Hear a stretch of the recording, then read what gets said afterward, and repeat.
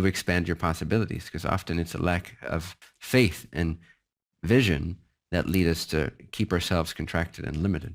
So we got to recognize all the abundance that's available to us, which is based on the premise that we are creating our own reality. If you're drawing a picture and you got to draw yourself in it, why would you draw yourself stuck in the picture?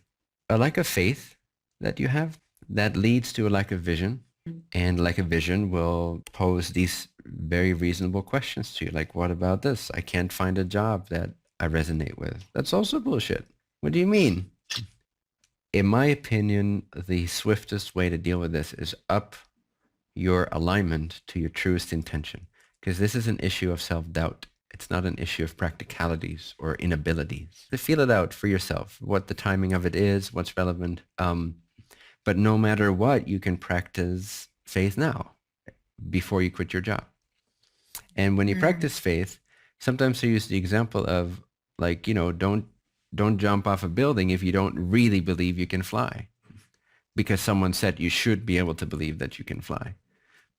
Your belief system is not going to support you. You're going to crash and fall. So it's like that. You do have to have enough faith to carry yourself through the transition phase, especially, because it's easy enough to say, to have an inspiring moment. Maybe you watch an inspiring video or something, or someone that talks about this topic, and you're lit up for like 30 minutes. And in those 30 minutes, you're canceling your job, your relationship, you realize you don't need any money to survive, you trust in the universe, you fuck tying my camel, I don't have to tie my camel. But then when the transitionary elements come into play, the logistics of the things that appear, the self-appearances, the transitions, then can you maintain that level of faith? Can you continue to stay above the clouds of doubt? You can quit your job right now and something will show up for sure, because your belief system will support that transition.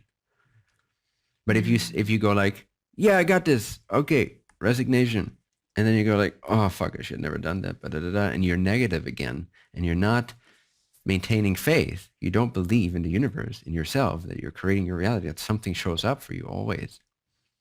If you don't believe in that higher trajectory, you're going to recreate, but now from a deconstructed structure, you're going to try to sort of scramble together what you can, and it's not going to be very pleasant.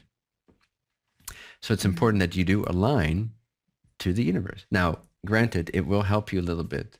It will support you if you do make a choice like that is bold, because God does favor the bold. You will be supported in that. Even if you start doubting, it typically won't just like rip everything away from you because you couldn't maintain perfect faith. There is leeway there. There is slack there. But at the end of the day, it is your belief system that will determine the reality you experience.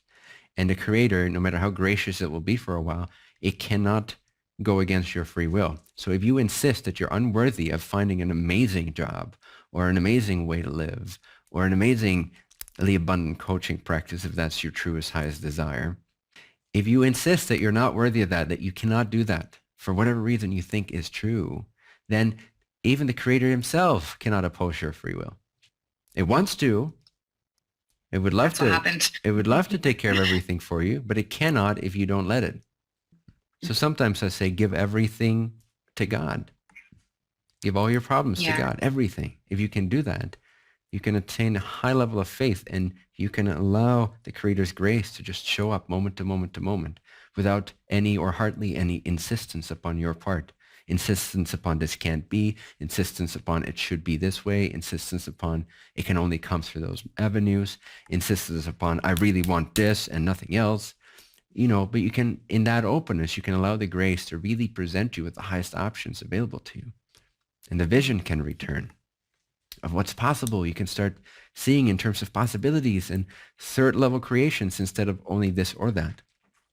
What is the third unseen option? Always. What's the third unseen option? If reality A or choice A and choice B both don't feel ideal, don't choose either. Up your faith until you see the perfect combination of both realities included in a single choice, and it will come to you if you up your faith levels. But if you stay sort of lingering in the murky little thought paradigm that you've created for yourself, which you may not even see as negative, because compared to a lot of other people, it might be very bright and positive and sweet and kind and nice and loyal. Da, da, da.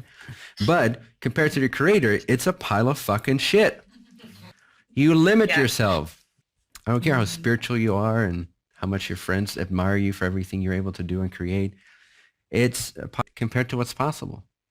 But we don't grant ourselves full access to infinite vision. We just don't believe it's possible or something. We have this allegiance to low-level vibratory thought forms. And somehow it pleases us. Somehow it seems real. Somehow boop. But when we up our faith levels and we give everything back to God and we trust, the grace comes in, it cleanses our vision. We are able to see parallel realities, multiple possibilities in any scenario, view it from all possible angles, humanly possible or non-humanly possible, and proceed from that level of clarity. And with that accelerated passion and faith and power, that's possible. The highest vision for you is the vision that the Creator has for you. So if you give it all up to the Creator and you trust in that highest self, then you will see it. You will be it. You will get the whispers. You will know what to do, when to do it more and more clearly every day. You just got to be open, be receptive, be attuned to the highest possibility and not to what other people say, not to what you've conditioned to believe, not to how things have worked in the past. You got to go nonlinear, like a rocket ship. Escape the stratosphere of limitation and marvel in the infinite space of possibilities. You want to learn to catch yourself when you start like, and you want to somehow snap out of it. Go for a walk, put on another session, remind yourself, give that back to God as well. Whatever technique or permission slip you want to use it in the moment that you feel yourself start doubting. And because literally that's you in process of recreating, redrawing the same limitations around your character, but you're drawing it. But you don't catch yourself enough. And so therefore, you only notice it once you've drawn the whole structure. Now you're like, I'm stuck, which is not true. You drew it. So you want to catch yourself as soon as you start drawing, dancing, low vibes. And you might still find yourself going through the motions of getting an exciting idea and taking action on it. But it will feel very natural. It's not contrived like I need to create my vision board. Nothing wrong with that either. But yeah, in the surrender, all that is available to you. Whatever works for you, whatever permission slip. If God is too vague, if source is too abstract, give it to something that represents something close to that for you and just hand it off.